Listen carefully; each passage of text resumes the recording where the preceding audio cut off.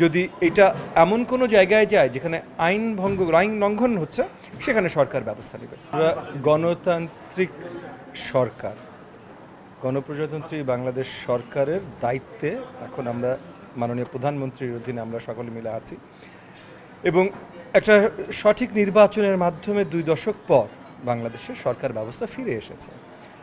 গণতান্ত্রিক সরকার ব্যবস্থা মানে বাক স্বাধীনতা। সো কেউ যদি কিছু বলতে চায়, যতক্ষণ পর্যন্ত তারা কোনো ধরনের ভায়োলেন্স বা অন্য কোনো কিছু তৈরি করছে না, সৃষ্টি করছে না, বাংলাদেশের আইন বহির্ভূত কোনো কাজ করছে না, যেই মাত্রা পর্যন্ত, সেই মাত্রা পর্যন্ত সরকার এটা নিয়ে বিচলিত হবার কোনো কারণ নাই। আর যদি আইন বহির্ভূত কিছু করে, তখন সরকার সরকারের মতো ব্যবস্থা নেবে। আপনি রাজনৈতিকভাবে অন্য আলোচনা করতেই পারেন, কোনটা ভালো, কোনটা মন্দ, কোনটা হওয়া উচিত, কোনটা হওয়া উচিত না, কিন্তু কোনটা হওয়া উচিত না একটা জিনিস, আর কোনটা আইন লঙ্ঘন করছে সেখানে সরকার তাদের দায়িত্ব পালন করবে। আমাদের সরকার তাদের দায়িত্ব সঠিকভাবে পালন করবে।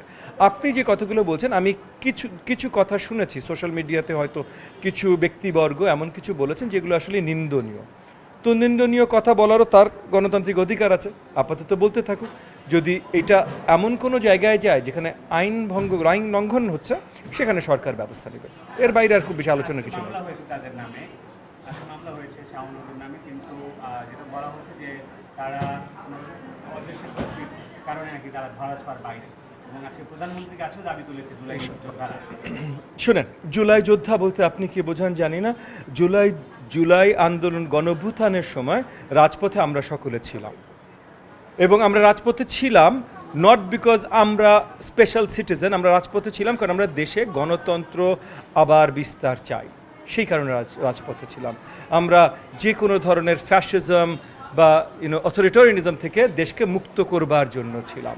সো মুক্ত করবার পর অন্য কারো অথরিটিজম ছিল, সেটা এখন সরিয়ে নিয়ে আমার অথরিটারিয়ানিজম থাকবে, আমি যেটা বলবো শুধু সেইটাই চলবে, আর কিছু চলতে পারে না। এটা গণতন্ত্র না, এটার জন্য জুলাইতে আমরা লড়াই করি নাই। সো আপনি জুলাই যোদ্ধা যখন বলবেন, আপনি একটু চিন্তা ভাবনা করে বলবেন কাকে জুলাই যোদ্ধা বলছেন। কারণ 5ই অগস্ট মানে 36শে জুলাই যদি বলেন, পুরো বাংলাদেশের অর্ধেকের বেশি জনতা রাস্তায় ছিল, রাজপথে ছিল। সো অর্ধেকের বেশি জনতা জুলাই যোদ্ধা। সো র্যান্ডম কোনো একটা গ্রুপের কথা জুলাই যোদ্ধা হিসেবে বলবেন না, আমি আশা করি আগামী দিনগুলো।